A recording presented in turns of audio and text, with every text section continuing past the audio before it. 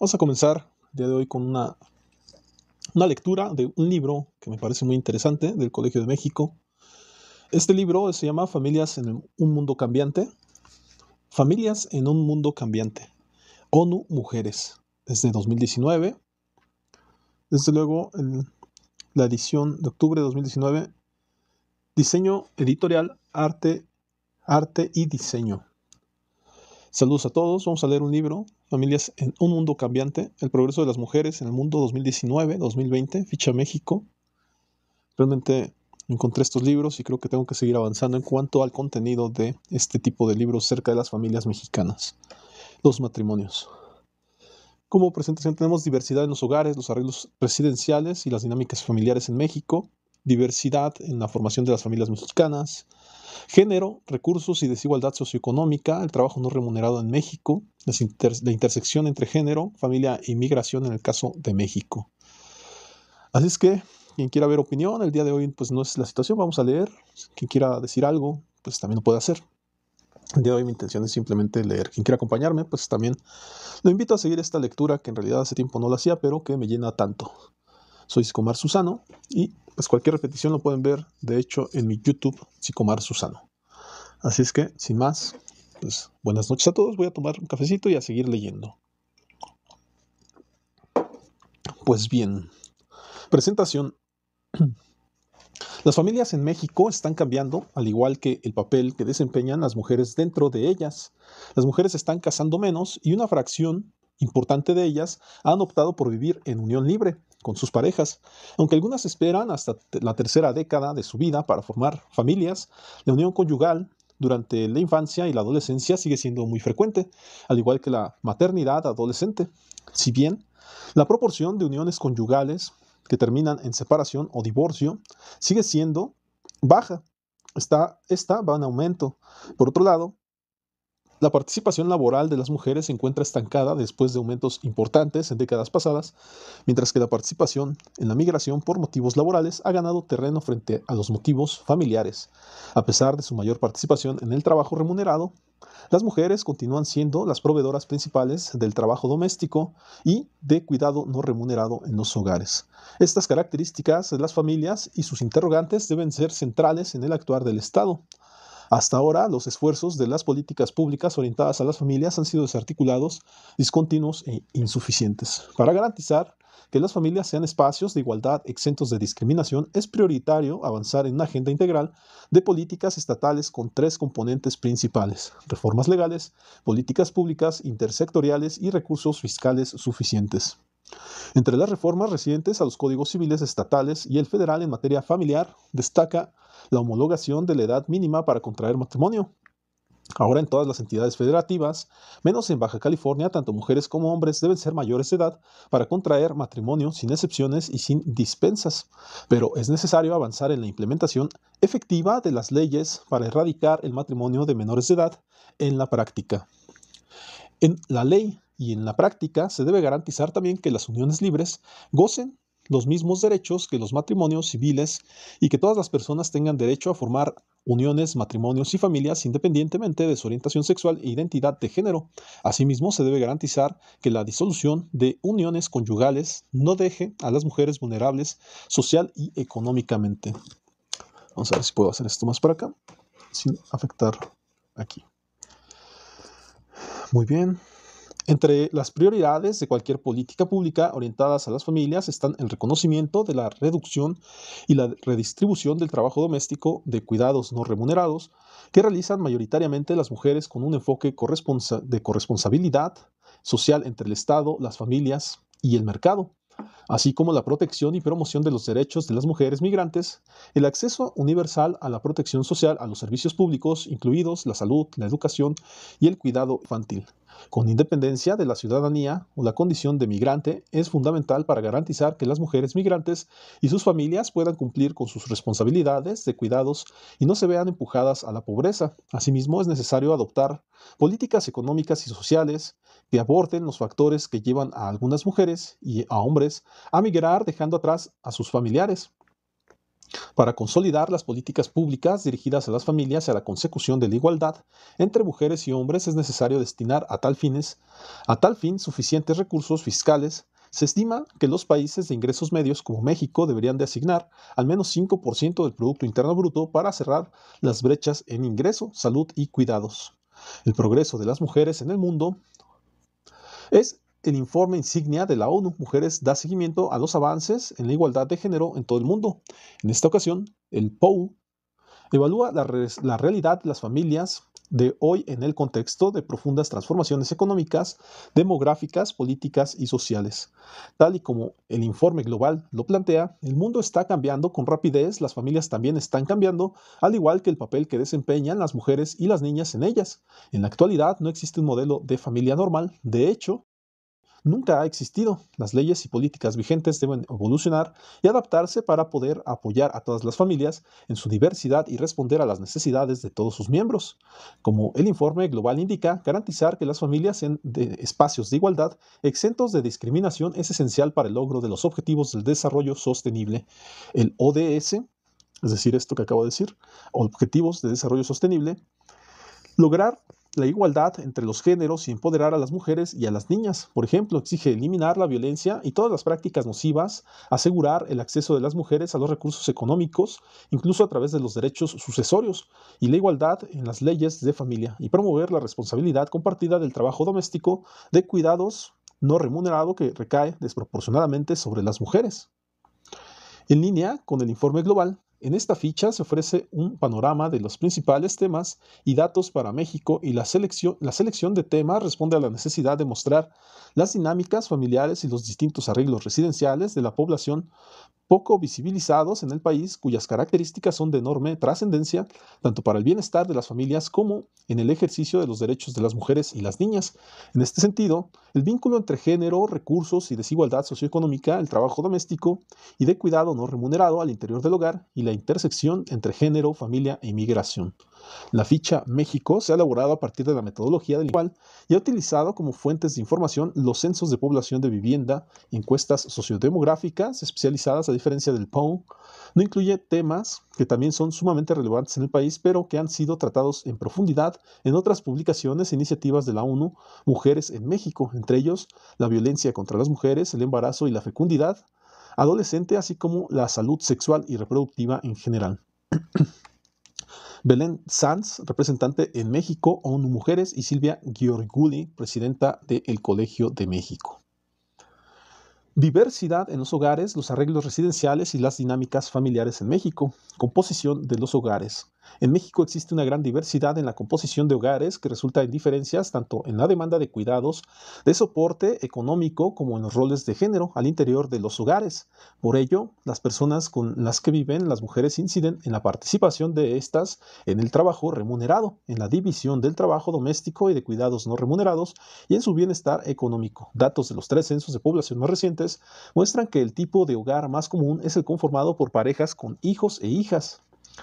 Sin embargo, entre 1990 y 2010 estos hogares han dejado de ser mayoría. Mientras tanto, durante estas 2 décadas, el hogar que más ha aumentado es el tipo extenso, es decir, el conformar un núcleo familiar acompañado de otros parientes. 1 de cada 4 hogares es de este tipo. 1 de cada 10 hogares se compone de una mujer o un hombre con hijos o hijas, pero sin pareja conyugal presente. Este tipo de hogar, también conocido como nuclear monoparental, ha ganado solo un punto porcentual entre 1990 y 2010. Alrededor del 85% de estos hogares está conformado por madres y solo el 15% por padres. Hay 2 tipos de hogares que se han vuelto un poco más comunes. Las parejas sin hijas o hijos y los hogares unipersonales. Cada uno de ellos representaba alrededor del 10% en 2010. Así podemos decir que en la actualidad 1 de cada 10 hogares está conformado por una persona, 1 de cada 10 por una pareja sin hijos o hijas, 1 de cada 10 por una madre con hijas o hijos, pero sin pareja presente. En su conjunto, estos 3 tipos de hogares conforman 30% del total, lo cual confirma la diversidad en la composición de los hogares mexicanos. El aumento de los hogares extensos está relacionado con el incremento de los hogares en los que coresiden más de 2 generaciones. Con datos censales se estima que los hogares donde conviven 3 generaciones, abuela y o abuelo, madre y o padre e hijas o hijos, con o sin otros miembros, pasaron del 15 al 22% en 1990 y 2010, mientras que los hogares de 2 generaciones disminuyeron de 75 a 61% durante el mismo periodo. Por su parte, los hogares de una generación aumentaron del 10 al 17% debido al crecimiento de los hogares de parejas conyugales sin hijas o hijos y los unipersonales. Si ahora nos concentramos en la proporción de la población que vive en cada tipo de hogar y su evolución de 1990 a 2010, se observa que al menos el 50% de las mujeres reside en hogares nucleares. Sin embargo, esta proporción perdió casi 13 puntos porcentuales durante el periodo. El cambio más sobresaliente ocurre en la proporción de la población que vive en hogares extensos. En 1990, una cuarta parte residía en este tipo de hogares y en 2010 una tercera parte. También resalta que durante estas 2 décadas la proporción de la población viviendo sola se duplicó al pasar de 1.1 a 2.5%. Arreglos residenciales de las niñas y los niños de 0 a 14 años. Según los datos de la encuesta intercensal en 2015, 3/4 de la población infantil de 0 a 14 años reside con su madre y padre, mientras una quinta parte vive con su madre sin su padre. 2 de cada 100 infantes residen con su padre sin la presencia de su madre. Y 3 de cada 100 vive sin su madre y sin su padre.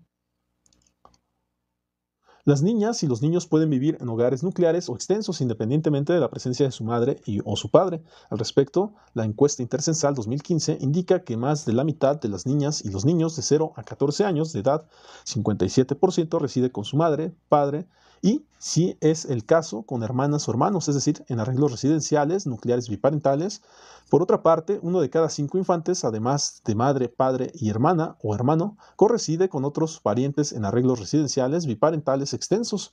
8 de cada 100 niñas y niños viven en arreglos monoparentales con madre o padre, sin otro tipo de parientes, y 11 de cada 100 en monoparentales, con la presencia de otros parientes. En este último caso, la madre o padre correside no necesariamente es la jefa o el jefe del hogar. En este sentido, 1 de cada 5 menores de edad es nieto de la jefa o jefe del hogar, según los datos de la encuesta intercensal 2015. Sin embargo, la relación de parentesco con la jefa o el jefe del hogar que predomina en 3/4 de las y los infantes es la hija o el hijo. Arreglos residenciales de las madres sin pareja corresidente. En la encuesta intercensal 2015, la captación de la situación conyugal de las mujeres fue acompañada de la pregunta de corresidencia e identificación de la pareja conyugal. Esta información indica que el 22% de las madres de niñas y o niños corresidentes no coincide con una pareja conyugal, ya sea porque son solteras, 34%, separadas o divorciadas, 44%, viudas, 1%, o bien unidas, 14%, pero con su pareja residiendo en otra vivienda. Estas madres sin pareja corresiden no necesariamente, estas madres sin pareja corresidente no necesariamente son jefas de hogar ni conforman hogares nucleares. Además, están en distintas etapas del curso de la vida. Casi la mitad de las madres sin pareja corresidente son hijas de la jefa o jefe del hogar, mientras 1 de cada 4 son jefas del hogar. Ellas residen en hogares monoparentales, biparentales, con parientes y monoparentales con parientes con una distribución similar. 5 de cada 100 madres sin pareja corresidente son adolescentes de 12 a 19 años. Las jóvenes de 20 y 24 representan 16% y las de 25 y 29 años 18%.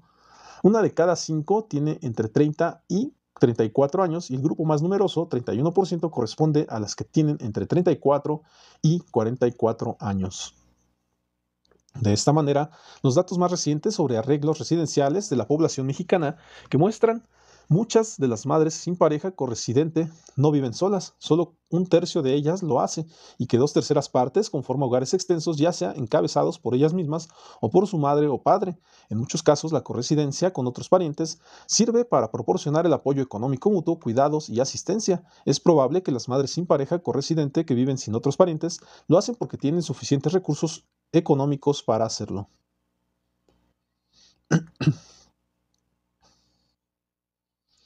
Autonomía en la toma de decisiones de adolescentes y jóvenes en el hogar de origen. La autonomía tiene que ver con la capacidad de cada persona para actuar y decidir libremente, de manera independiente y sin influencia de terceras personas. Todos los individuos, en particular las mujeres, tienen el derecho a participar en la toma de decisiones. Esto incluye el derecho a vivir relaciones democráticas en lugar de autoritarias. Este tipo de relaciones deben comenzar en el hogar de origen, ya que éstas dependen de las relaciones de género que se establecerán en un futuro.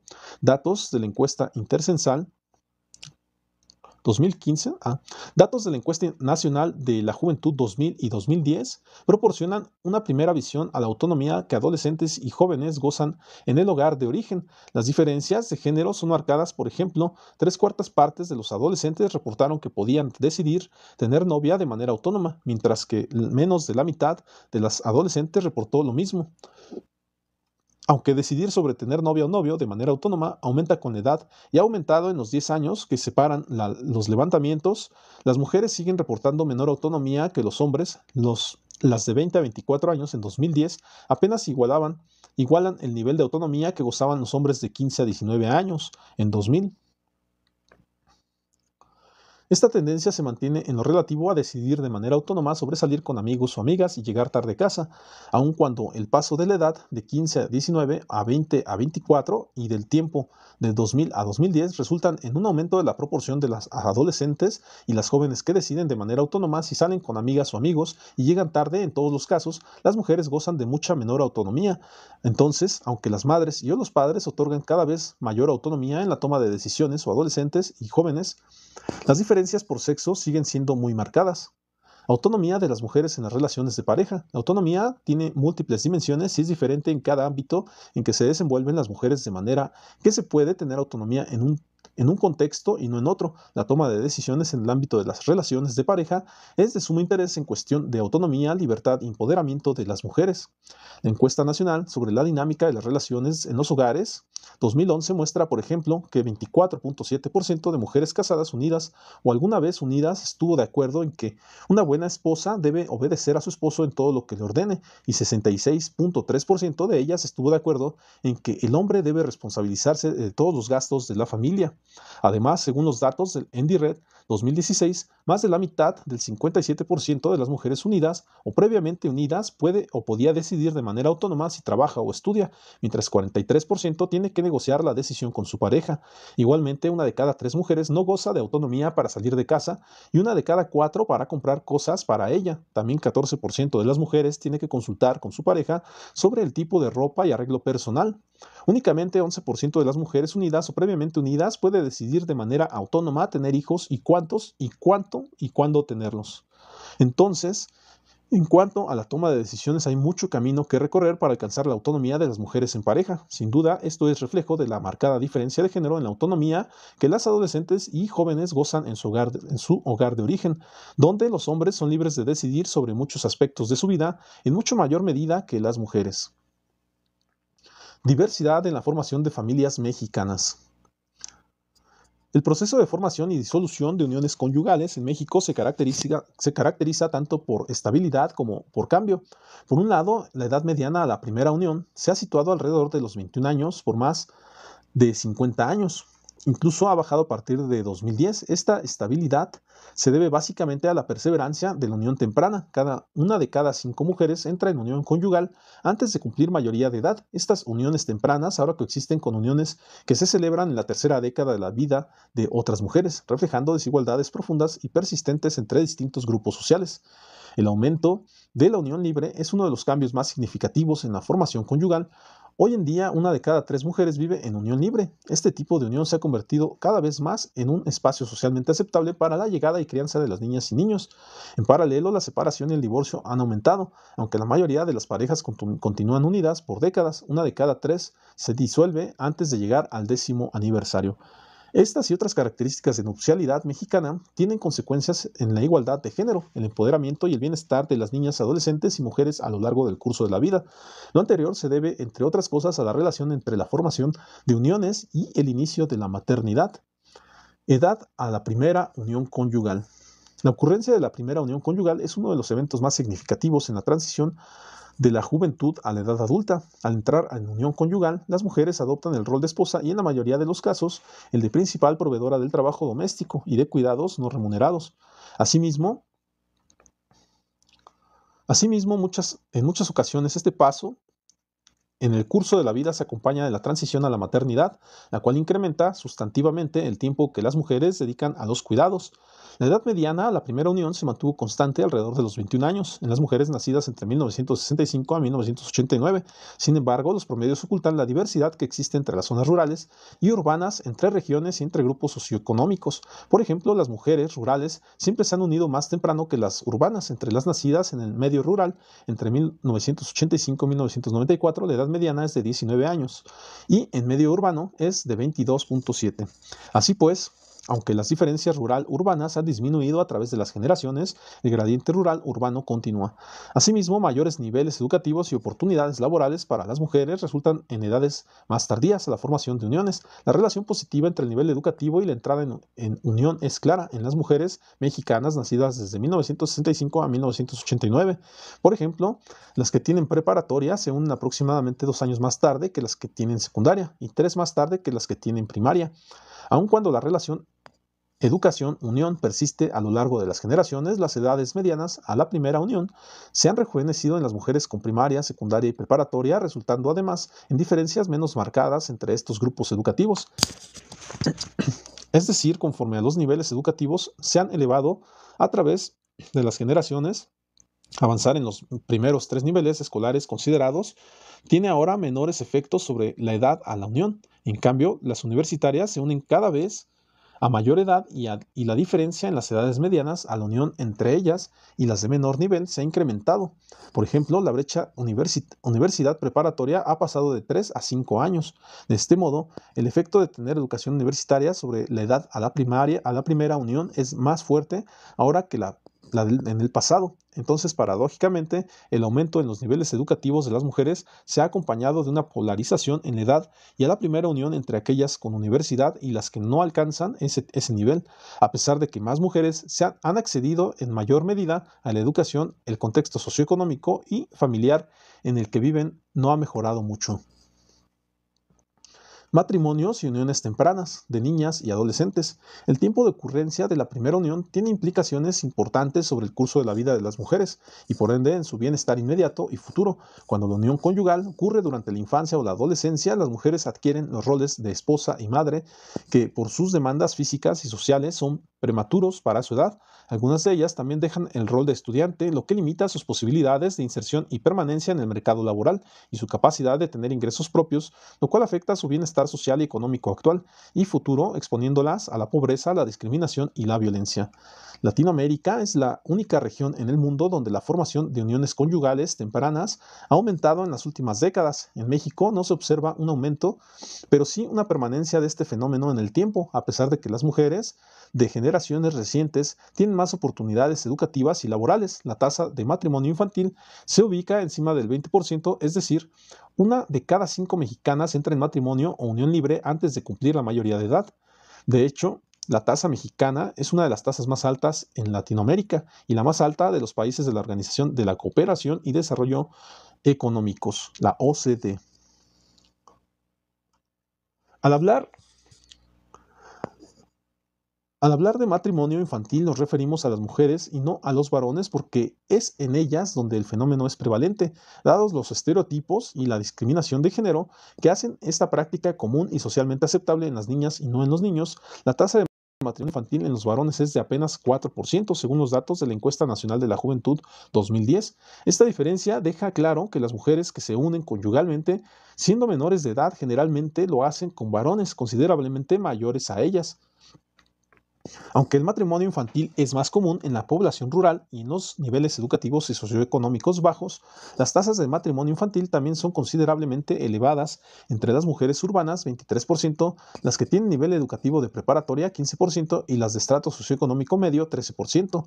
Asimismo, el matrimonio infantil existe a lo largo y ancho del territorio nacional, según datos de la Encuesta Nacional de la Dinámica Demográfica ENADIT 2014, Chiapas, Guerrero, Coahuila, Veracruz, Quintana Roo, Oaxaca y Baja California son las entidades federativas que registran los niveles más altos. Al menos 1 de cada 4 mujeres residentes en estas 7 entidades entró en unión conyugal antes de cumplir 18 años de edad. En las zonas urbanas de 10 entidades del país, Al menos 20% de las mujeres entra en unión conyugal antes de cumplir la mayoría de edad, mientras que en las zonas rurales, 24 entidades, 25% de las mujeres lo hace.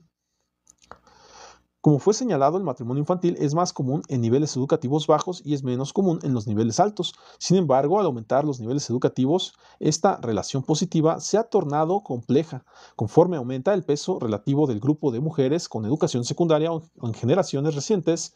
Sus tasas de matrimonio infantil asemejan a las de primaria de generaciones pasadas, es decir, en términos de posicionamiento social, la secundaria de hoy es equivalente a la primaria de ayer, de modo que la transición intergeneracional de desventajas rebasa las ganancias educativas. Esto es posiblemente una de las razones por las que siguen existiendo tasas muy altas de matrimonio infantil entre mujeres con primaria y secundaria. El matrimonio infantil disminuye sustancialmente entre las mujeres 1965 y 1969 y 36.1% de las nacidas entre inferior y superior, lo cual, entre otras cosas, coloca a estas mujeres en desventaja, impidiéndoles ejercer otros derechos más allá del que tienen a la educación. Más tiempo en la escuela expone a las mujeres, a las jóvenes, a distintas ideas sobre el momento propicio para formar una familia y probablemente les presenta opciones de desarrollo profesional y les cimienta mayores aspiraciones de inserción y posicionamiento adecuado del mercado laboral. Esto sugiere entonces que muchas de las niñas y adolescentes que no llegan a esos niveles de estudio se convierten en esposas al tener acceso limitado a la educación media, superior y superior, lo cual las mantiene en situaciones de pobreza y vulnerabilidad. Matrimonio y maternidad temprana. La erradicación del embarazo y la fecundidad infantil y adolescente en México ocupa el peldaño más alto en la agenda política pública debido, entre otras razones, al aumento que registró entre 2009 y 2014. Según los datos de la Encuesta Nacional de la Dinámica Demográfica ENADIT, al clasificar a la maternidad adolescente respecto a su ocurrencia temporal con la unión conyugal. Más de la mitad de las mujeres que transitan a la maternidad durante la adolescencia lo hacen después de iniciar la unión, es decir, el nacimiento de la primera hija o hijo. Ocurrió al menos 9 meses después de dicha unión. Sin embargo, esta categoría ha perdido cerca de 10 puntos porcentuales entre las mujeres nacidas entre 1965 y 1969 y las nacidas entre 1990 y 1994. Por otro lado, comenzando con las mujeres nacidas entre el 80 y el 84, una de cada 5 es madre adolescente dentro de la unión conyugal, pero se embarazó antes de la unión.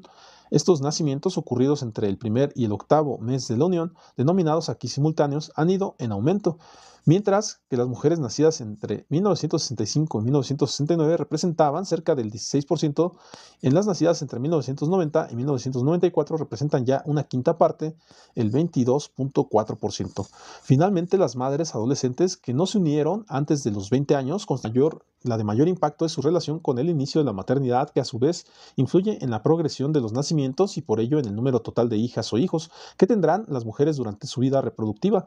El inicio de la maternidad también tiene efectos sobre la ocurrencia de otros eventos en el curso de su vida de las mujeres. Por ejemplo, para muchas marca el término de la trayectoria educativa y o de la laboral. Además, cuando la unión conyugal y la maternidad ocurren de manera temprana, los adolescentes hacen una transición abrupta a la adultez que tiene consecuencias no solo en su bienestar económico, social y físico y mental, sino también en el de su descendencia, ya que las mujeres que se unen a edades tempranas lo hacen con parejas significativamente mayores que ellas. Las oportunidades de que entren en unión con autonomía y poder de negociación son prácticamente nulas. En estas uniones, las mujeres son más vulnerables a las desigualdades de género y tienen mayor probabilidad de sufrir violencia de pareja física y sexual. La persistencia de la formación familiar temprana entre las mujeres es una manifestación clara de la desigualdad socioeconómica y de género en la sociedad mexicana, ya que muchas de ellas están transitando anticipadamente a la adultez en una época de transformaciones demográficas y sociales que deberían estar garantizando que todas las niñas y adolescentes vivan cada etapa de la vida en plenitud. Disoluciones conyugales. México es un país de baja disolución de uniones. Sin embargo, en las últimas décadas, la disolución conyugal voluntaria por separación o divorcio ha aumentado. Un ejemplo de ello es el cambio entre generaciones de mujeres urbanas, mientras 10% de las uniones formadas por las nacidas en el 51 y al 53 terminaban en disolución antes de llegar al 15º aniversario. El porcentaje ascendió a 15 en las nacidas entre el 66 y el 68. Entre estas generaciones de mujeres urbanas se dieron cambios sociales y demográficos que se relacionan con el incremento de la disolución voluntaria, entre ellas el aumento de los niveles educativos, la mayor inserción y permanencia en el mercado laboral, el descenso de la fecundidad y el aumento de la unión libre. Los datos censales sobre situación conyugal también muestran esta tendencia. La proporción de mujeres de 25 a 29 años separadas o divorciadas pasó del 3 al 6.3% en 1990 y 2010. Este mismo porcentaje aumentó entre las mujeres de 45 a 49 al pasar de los 5.2 a los 12.2 libres, y 5% de los matrimonios terminan en separación y o divorcio antes de llegar al quinto aniversario. La disolución de uniones en México no participan en el trabajo remunerado en sus riesgos de disolución conyugal. Esto sugiere la importancia del ingreso laboral de las mujeres como recurso económico que les facilite optar por la separación y o divorcio cuando así lo requieran.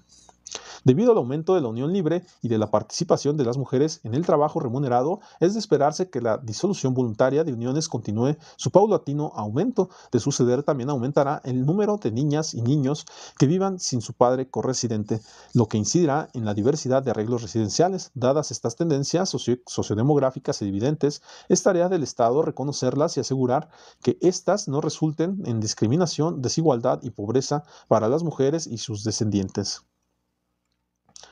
Género y recursos y desigualdad socioeconómica. Participación de las mujeres en el trabajo remunerado. En México, la tasa de participación de las mujeres en el trabajo remunerado se duplicó del 60 a 2005, situándose alrededor del 40% al final del periodo. De acuerdo con datos de la Organización Internacional del Trabajo, otros países de la región latinoamericana experimentan aumentos similares durante esos años. Tal es el caso de Argentina, Brasil y Colombia, cuyas tasas rebasaron el 50% de participación. En estos años posteriores, todos los países experimentaron un estancamiento en la tasa de participación. En México sucedió a partir de 2005 y sin haber alcanzado el nivel cerca con las continuas ganancias en los niveles educativos de las mujeres. En generaciones recientes, las mujeres han igualado e incluso superado el nivel educativo de los hombres, dado que mayores niveles educativos se relacionan con mayor participación en el trabajo remunerado. Era de esperarse que las tasas de participación femenina continuaran en ascenso. Las crisis económicas, sin duda, son parte de la explicación, pero al centro de la situación esta distribución desigual de las cargas de trabajo remunerado y no remunerado entre mujeres y hombres. Esto se refleja, por ejemplo, en la diferencia entre el nivel de participación de las mujeres de 15 años y más en el trabajo remunerado según la situación conyugal. Durante los años 90, las mujeres unidas conyugalmente, casadas o en unión libre, registraban tasas 15 puntos porcentuales menores a las de las solteras. Sin embargo, la brecha entre solteras y unidas ha disminuido notablemente a partir del 2010 y es casi nula en 2016. Esta concuerda con estudios que han señalado que la participación de las cónyuges en el mercado laboral ha aumentado desde los años 90, no solo en el nivel de las tasas brutas, sino también en su permanencia por periodos más prolongados y en edades más tardías. Al observar las tasas de participación en el trabajo remunerado según el nivel educativo de las mujeres de 25 a 54 años de edad, se confirma que la participación de las mujeres unidas con primaria y secundaria se incrementó considerablemente entre 1996 y 2016, siendo estas mujeres las responsables de la disminución en la brecha de participación entre las unidas y las solteras. Aún así, es importante destacar que las tasas de participación de las mujeres solteras son aún considerablemente más altas que las de las unidas en todos los grupos educativos, con diferencias de hasta 30 puntos porcentuales, si recordamos que las edades medianas a la unión varían considerablemente por nivel educativo. Podemos inferir que la fuerte relación positiva entre el nivel educativo, la participación en el trabajo remunerado y la edad a la unión conyugal. A mayor nivel educativo, mayor participación y mayor la edad a la primera unión. Finalmente, es importante destacar que las mujeres unidas con educación universitaria tienen tasas de participación 20 puntos porcentuales mayores que las que no alcanzan ese nivel. 70% de las universitarias unidas conyugalmente participan en el trabajo remunerado, mientras que las tasas apenas rebasan 50% en los restantes grupos educativos. Pobreza y participación de las mujeres en el trabajo remunerado. La participación laboral de las mujeres incrementa a medida que aumenta el bienestar económico del hogar. Al tiempo que el acceso de las mujeres a los ingresos laborales aumenta, puede hacerlo también el nivel de bienestar en los hogares en el extremo inferior. Los ayuda a sobrevivir la pobreza y en el superior a multiplicar la capacidad económica del hogar.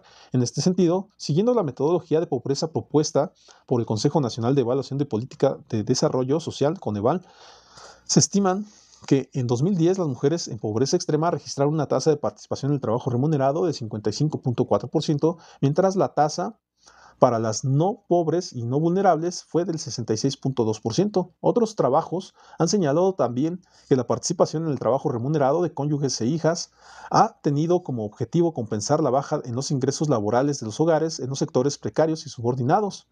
De acuerdo con Sánchez Peña, 2014, estos escenarios dejan ver la diversidad de circunstancias socioeconómicas y familiares relacionadas con la mayor participación de las mujeres en el trabajo remunerado. La relación entre la participación de las mujeres en el trabajo remunerado y la pobreza se enfatiza a nivel macro en algunos estudios. Nieuwenhuis y otros, 2018, analizando los datos de 33 países, sugieren que existe una relación clara entre el porcentaje de mujeres que tienen ingreso propio por trabajo, pensiones o seguros temporales, el porcentaje de hogares en pobreza. Más allá de los beneficios económicos, en el nivel macro, en el nivel de hogares, en que las mujeres tengan ingresos propios y control sobre los mismos, está relacionado con el ejercicio de una mayor autonomía y una mayor participación en las decisiones familiares. También a nivel individual, y a pesar de que las tasas de participación en el trabajo remunerado de las mujeres son mucho menores que las de los hombres, la brecha de género en la tasa de participación es mucho más amplia y negativa entre la población y la no pobre, lo cual se mantiene al observar brechas por grupos de edad, de modo que la interrelación entre la participación femenina en el trabajo remunerado y la pobreza también profundiza las desigualdades de género entre la población que vive en pobreza. Parejas de doble ingreso. A pesar del estancamiento de la participación femenina en el trabajo remunerado y a pesar de que aún son visibles las diferencias en la participación de mujeres unidas conyugalmente respecto a las solteras, la proporción de las parejas conyugales heterosexuales en las que ambos miembros participan en el trabajo remunerado ha aumentado considerablemente en las últimas décadas. De acuerdo con el estudio de Sánchez Peña 2014, los datos de la Encuesta Nacional de Ingresos y Gastos de los Hogares 92-2010 indican que el porcentaje de parejas en las que ambos miembros participaron en el trabajo remunerado pasó del 23 al 35%, mientras que las parejas en las que únicamente el varón participa disminuyeron del 51 al 36%. Sin embargo, este tipo de parejas que comparten la participación en el trabajo remunerado en la gran mayoría de los casos, la proveeduría del ingreso del hogar es más común en los hogares de mayor ingreso. En la gráfica 3.6 se observa que las parejas del doble ingreso ocupan 20% en el decil más bajo y 49% en el más alto. Los recursos económicos aportados por las mujeres también siguen esta relación positiva.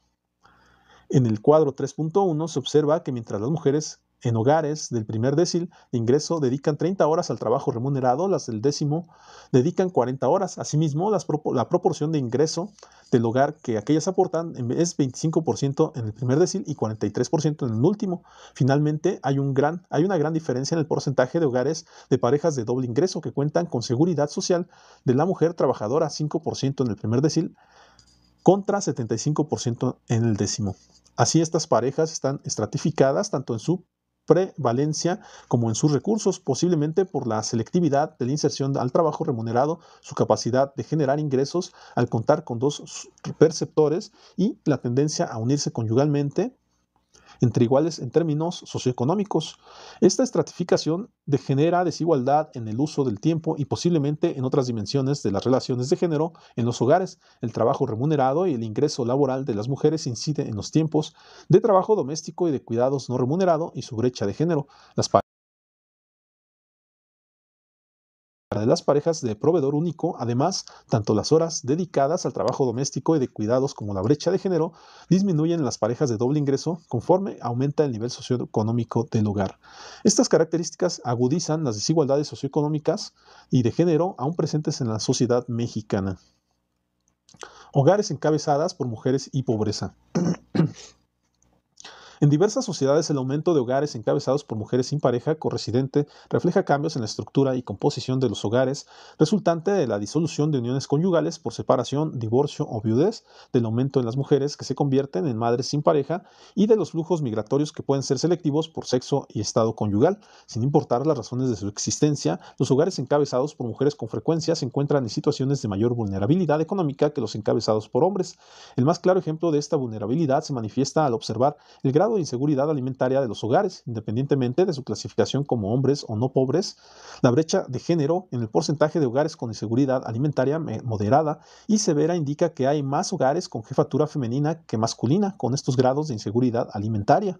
Dadas las tendencias demográficas descritas en el párrafo anterior, es muy probable que los hogares con jefatura femenina aumenten y es esencial que los programas sociales destinados a erradicar la inseguridad alimentaria se enfoquen en este tipo de hogares, pero también que se creen programas que aseguren que las mujeres de todas las edades tengan el mismo acceso que los hombres al trabajo remunerado, al ingreso y a otros recursos económicos. Basta señalar que estimaciones del Coneval muestran una amplia brecha de género en el porcentaje de hombres y mujeres ocupados que nunca han cotizado en alguna institución de seguridad social, siendo las mujeres las que presentaron mayor porcentaje. No todas las mujeres, no todas las madres sin pareja corresidente son jefas del hogar. Muchas de ellas corresiden con familiares en hogares extensos. Pocas madres sin pareja corresidente pueden solventar vivir en un hogar independientemente. Las que lo hacen seguramente no pertenecen a los estratos de ingreso más bajo. Por ello, es importante que los programas que se diseñen para atender el creciente número de madres sin pareja corresidente no utilicen el criterio de jefatura del hogar. En su lugar, deben utilizar las nuevas formas de captación de corresidencia con madres y padres y parejas para localizar y cuantificar a esta población en aumento.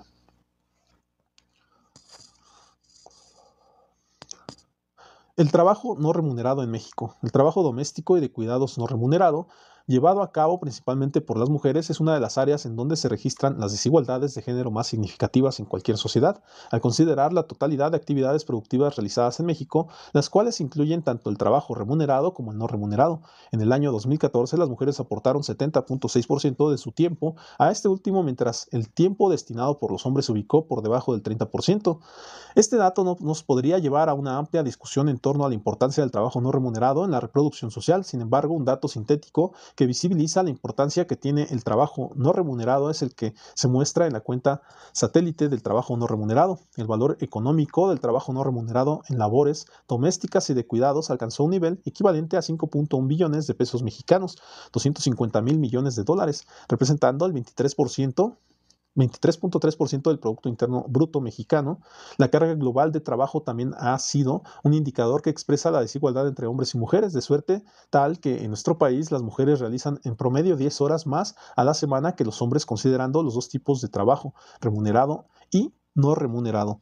Esta división sexual del trabajo presenta fuertes diferencias al considerar las desigualdades socioeconómicas. En los estratos muy altos, por cada hombre que realiza actividades no remuneradas, hay 2.7 mujeres que lo hacen, mientras en los estratos muy bajos, esta desigualdad se amplía considerablemente, alcanzando un valor de 4.5 mujeres por cada hombre participando en estas labores. Si bien las cifras anteriores nos indican que en los contextos socioeconómicos altos hay más hombres que participan en el trabajo doméstico y de cuidados no remunerado, en términos de horas promedio dedicadas a la semana, las mujeres de todos los estratos socioeconómicos dedican más de 30%, más de 30, mientras en el caso de los hombres estas cifras fluctúan alrededor de las 10 horas semanales, con la característica de que los hombres de estratos altos realizan casi 5 horas más que aquellos que pertenecen a los estratos bajos. Al igual que muchos países en desarrollo, los indicadores citados muestran las desigualdades de género en cuanto a las responsabilidades de la vida familiar mexicana. Esta situación se hace más evidente al distinguir las demandas de tiempo que las mujeres tienen cuando los hijos son pequeños. La presencia de niñas o niños pequeños en el hogar representa jornadas de trabajo no remunerado similares a las jornadas laborales de tiempo completo, mientras en aquellos hogares donde los niños y las niñas han crecido, la carga de trabajo no remunerado se reduce 10 horas en promedio. Es evidente que los hogares en los que no existen niños o niñas, la participación en horas tanto de hombres como de mujeres es mucho menor.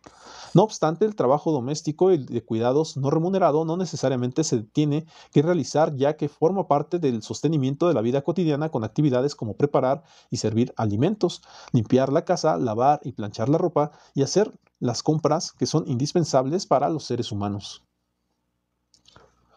Al centrarnos en lo que algunas autoras han denominado trabajo de cuidados directo, atender a personas con discapacidad, a personas enfermas, a niños y a la población adulta, constatamos de nuevo la importancia del cuidado a niñas y niños pequeños. El cuidado a infantes, en el caso de las mujeres, supera las 10 horas promedio a la semana, y el cuidado de adultos mayores es ligeramente menor a 1.5 horas en promedio, mientras que en el caso de los hombres, el cuidado a niños pequeños representa menos de 3 horas y el cuidado de adultos mayores es menor a 1 hora en promedio. Cabe mencionar que el trabajo de cuidados incluye algunos de los componentes que las encuestas difícilmente puedan captar, entre los que se encuentra el estar disponible en cualquier momento, necesidad de presencia y el trabajo de gestión, actividades de organización, supervisión y planificación para la vida diaria, pero fundamentalmente incluye una dimensión emocional y afectiva vinculada al bienestar de cada miembro del hogar. Por ello, algunas autoras sostienen que se requieren estudios de corte cualitativo que se aborden estos aspectos o bien aproximaciones creativas que permitan estimar el valor de estas actividades considerando posibles equivalencias en el mercado. Por último, una manera de valorar las necesidades de cuidado es conocer el trabajo remunerado que se ofrece en el mercado por medio de la población ocupada en actividades de cuidado remuneradas. En este caso, podemos constatar que dicha oferta muestra otra de las desigualdades sustantivas en el país, las territoriales. En el caso de los niños y las niñas, solamente en la Ciudad de México podría enfrentar las necesidades de cuidados, ya que 8 de cada 10 niños y niñas podrían ser atendidas por la población ocupada en actividades de cuidado, mientras que en entidades federativas como Chiapas, Guerrero o Oaxaca, esta cifra no supera el valor de 3. En el caso de los adultos mayores, el problema es más apremiante, ya que los valores fluctúan entre 2 y 5 a lo largo del territorio. Las desigualdades mostradas evidencian la necesidad de repartir el trabajo entre mujeres y hombres de manera más igualitaria. Si bien es cierto que tenemos que cuidar la vida, requerimos avanzar hacia una reorganización social de los cuidados que involucre las familias, pero también al Estado, al mercado y a la sociedad civil, lo que se ha dado en llamar el diamante del cuidado. En suma, se requiere un compromiso de la sociedad en su conjunto para establecer condiciones de cuidado materiales para garantizar el derecho de todas y todos de cuidar y ser cuidados.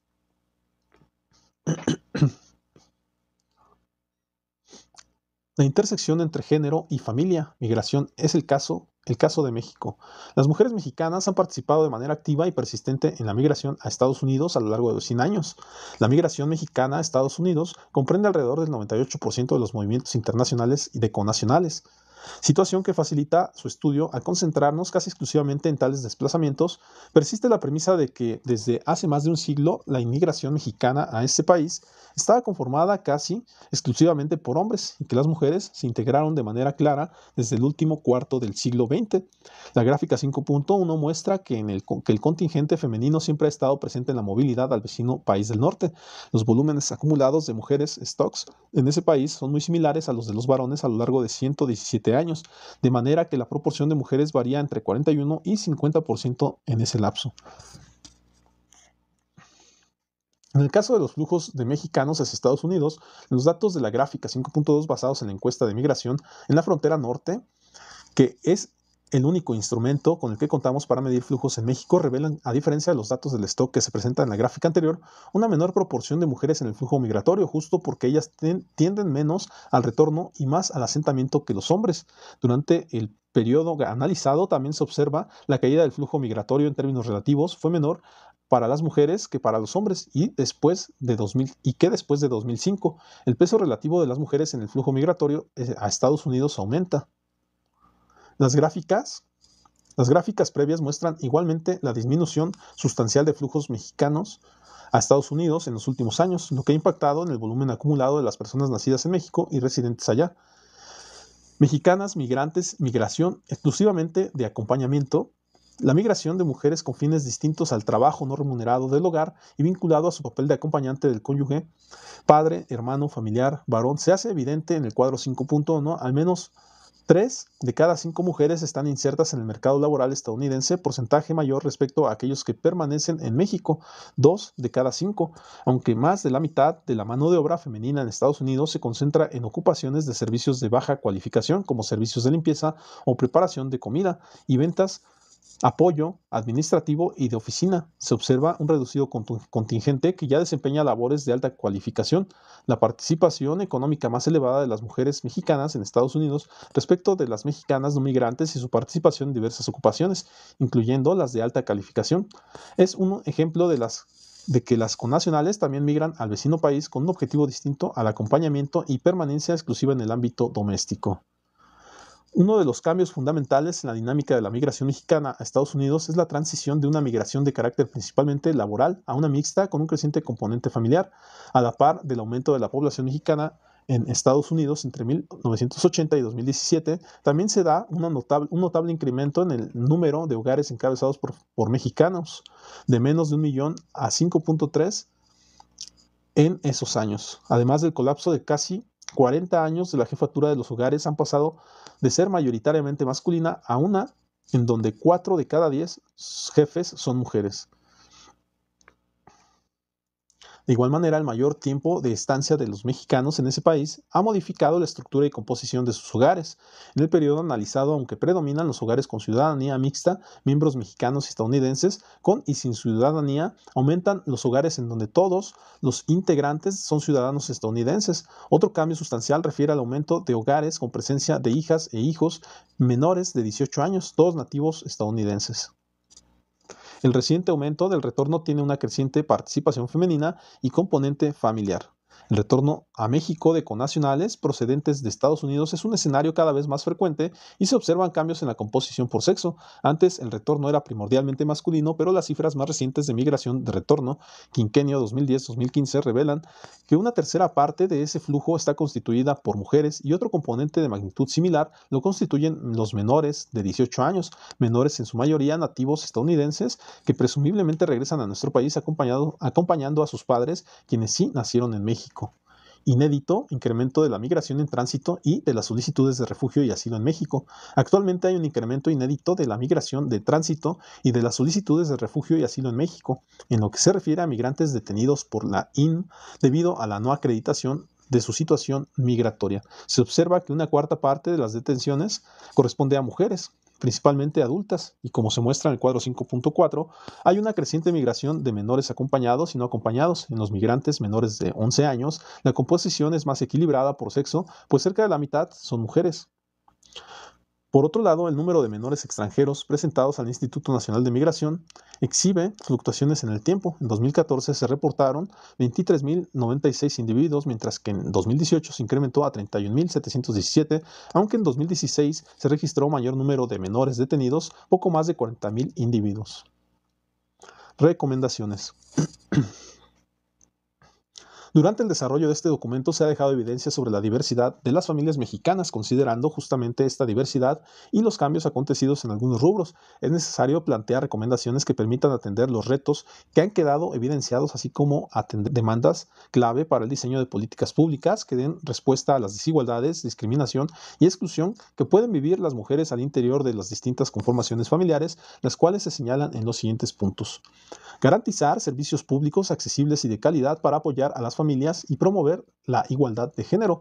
Los servicios públicos incluidos en la educación y a la salud sexual y reproductiva desempeñan un papel crucial para promover la igualdad de género en las familias. Se requieren mayores esfuerzos para cerrar brechas entre grupos de mujeres y poder garantizar el acceso pleno a la salud y a la educación de calidad, sobre todo a las zonas rurales. Los programas de estudio incluyen contenidos sobre la igualdad de género y las relaciones sin violencia son fundamentales, así como garantizar que las instituciones educativas acojan y no discriminen a las adolescentes embarazadas o que son madres. Garantizar el ejercicio de los derechos sexuales y reproductivos es un pilar fundamental del bienestar y de las oportunidades de las mujeres. De ello depende también el disfrute del resto de sus derechos humanos para garantizar que las mujeres tengan igual voz y poder de decisión en la pareja. Es necesario continuar avanzando en la aplicación de las leyes que garantizan el ejercicio de los derechos sexuales y reproductivos, incluyendo el derecho a decidir de manera informada y libre sobre el número y espaciamiento de sus hijas e hijos. Con este fin es fundamental asegurar el acceso a servicios de salud y reproductiva de calidad con perspectiva de derechos. 2. Garantizar el acceso a las mujeres a ingresos propios adecuados para que las familias y las sociedades prosperen y las mujeres sean autónomas y se empoderen. Estas necesitan disponer de ingresos propios y adecuados. Estos pueden obtenerse mediante el trabajo remunerado, la rentabilidad de activos o de transferencias estatales. El contar con ingresos propios permite a las mujeres gozar de mayor igualdad en sus relaciones de pareja, fortalecer su poder en negociación en las familias y salir de relaciones insatisfactorias. Los datos indican que la unión reduce sustancialmente la participación laboral y los ingresos de las mujeres. Estos factores están asociados con el costo económico que la vida vida familiar tiene para las mujeres. Pese a su rigidez, las normas sociales que limitan el acceso de las mujeres al trabajo remunerado pueden y deben superarse. Para ello se necesitan políticas macroeconómicas y de empleo enfocadas a generar trabajo decente y sistemas universales de protección social sensibles al género y al curso de la vida. Los componentes esenciales de la protección social para lograr estos objetivos incluyen licencias remuneradas por maternidad y paternidad y parentales compartidas, transferencias monetarias adecuadas para las familias con responsabilidad de cuidados y necesidades especiales, así como pensiones adecuadas que combinen beneficios contributivos y no contributivos con perspectiva de género, todo ello acompañada de políticas integrales de cuidados. 3. Proveer tiempo, dinero y servicios para cuidar dentro y fuera de la familia.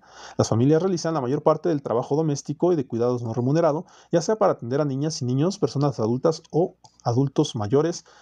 Sin este trabajo, que recae mayoritariamente sobre las mujeres, las economías y las sociedades se paralizarían. Además, las mujeres que viven en hogares carentes de infraestructura básica y en otras situaciones de carencia o vulnerabilidad dedican aún más tiempo al trabajo doméstico y de cuidados no remunerado. Pese a que las familias asumen un rol central en la provisión de cuidados, otras instituciones y agentes del Estado y el mercado también deben asumir la corresponsabilidad en el cuidado. Con este fin, se requieren mayores inversiones públicas en infraestructura básica para reducir la carga del trabajo de cuidados no remunerado y la creación de un sistema nacional de cuidados que incluyan servicios profesionales de educación temprana y cuidado infantil y de cuidados a largo plazo para personas mayores con discapacidad.